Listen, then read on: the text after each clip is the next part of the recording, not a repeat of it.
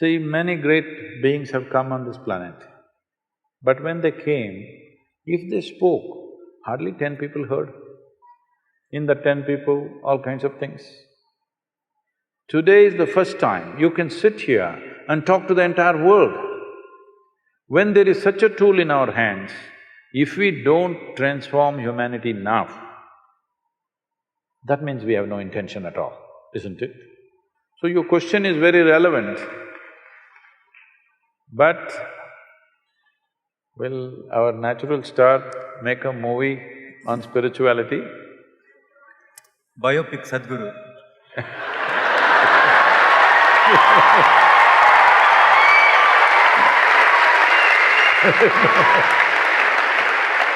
Last సినిమాలో ఉన్న ఆఖరి షాట్లో ఆయన గెస్ట్ అపియరెన్స్ అలా పాస్ అవుతారు ఫ్రేమ్, ఓకేనా?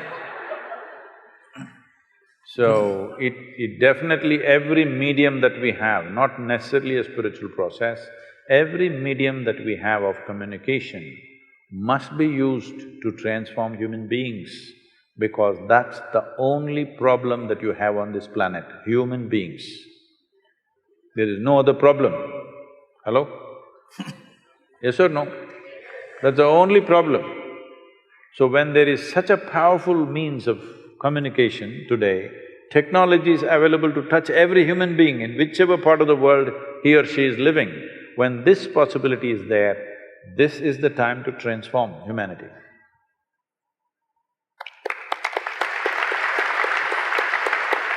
Namaskaram, Sadhguru.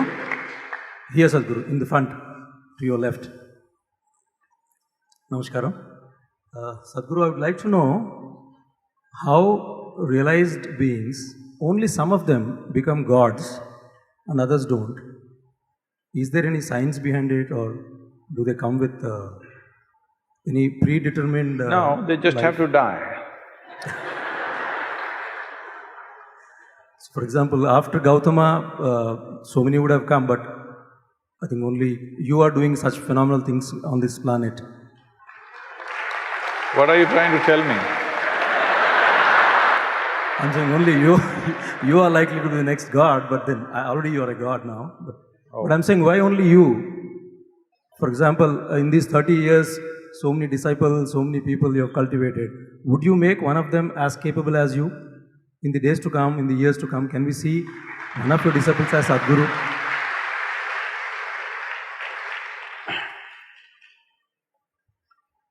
Oh.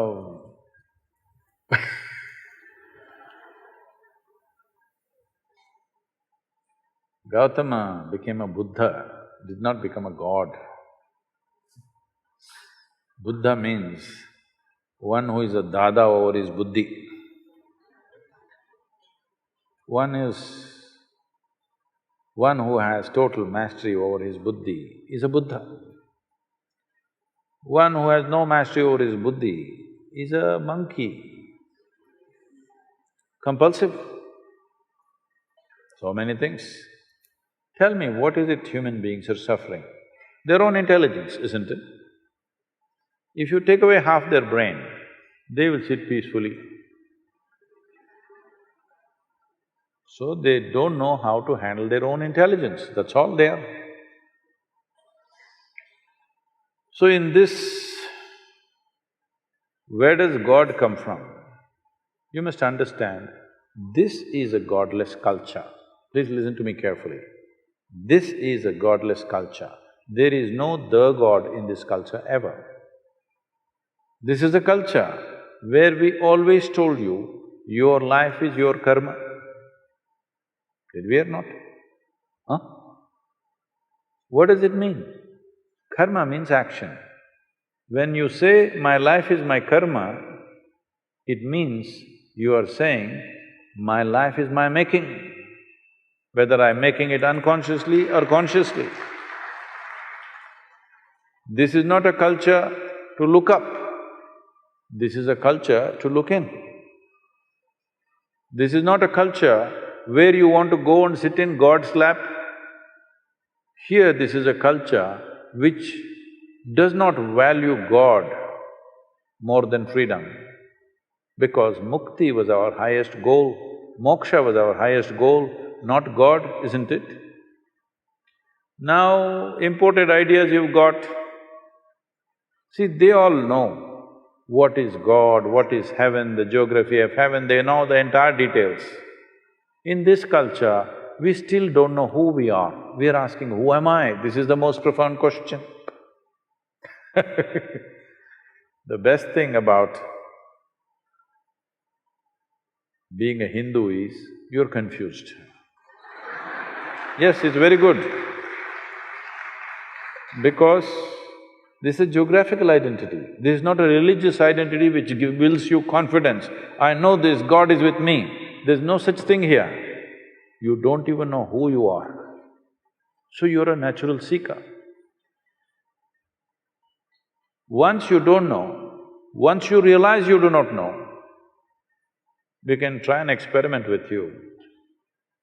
Suppose I ask you to walk from there to there now. You will walk very self-conscious, how others are looking at you, this, that. Walk like this. Suppose we turn off the lights and make it pitch dark. Now I ask you to walk from there to there. You will become super alert, isn't it? Hello? The moment you don't know, what is the next step? Do you become super alert or no? Some of you who do not know how to be alert will start imagining things and create fear. Otherwise, it's natural to become super alert, isn't it? So this is what it means. This is called as the intelligence of ignorance.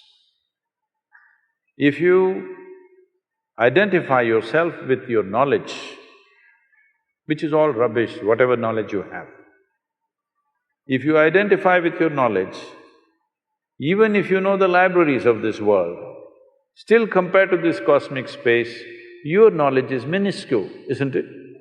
Huh? Is it minuscule or no? You may have 10 PhDs, still what you know is a minuscule. If you identify with a minuscule, you become a minuscule. But our ignorance is boundless. Hello? Our ignorance is limitless, isn't it? If you identify with your ignorance, you're limitless. Once you identify with your ignorance, your intelligence will never sleep. Even if your body sleeps, your intelligence is always awake, standing. Then we say you're awakened.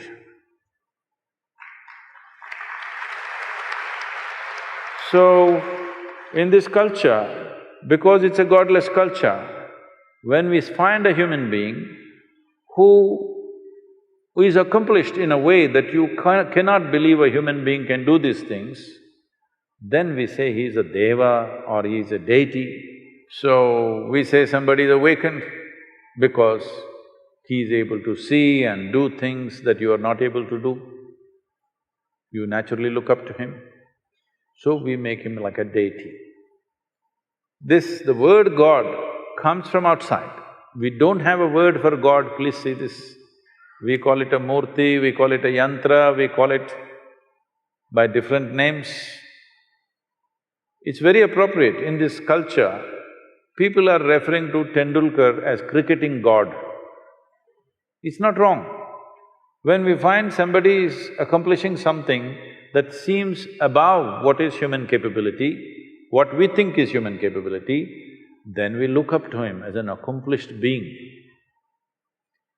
There are words for this, but now because we've gotten into Western ways and we are speaking an English language, we are using the word God. Otherwise, we called him a Mahatma, we called him a Mahanubhava, these kind of words, just to say it is an extraordinary being. And that extraordinary being became the aspiration of everybody else in that society. Out of our love, out of our respect, we may put some flowers, we may do something, but you must understand, we are aspiring to be like him. We are not there to go and sit on his lap in heaven. This is not the aspiration in this culture. Always the aspiration is this. You must understand, this is something that's all gone crazy now. There is no worship here. There is no prayer here. There is only darshan.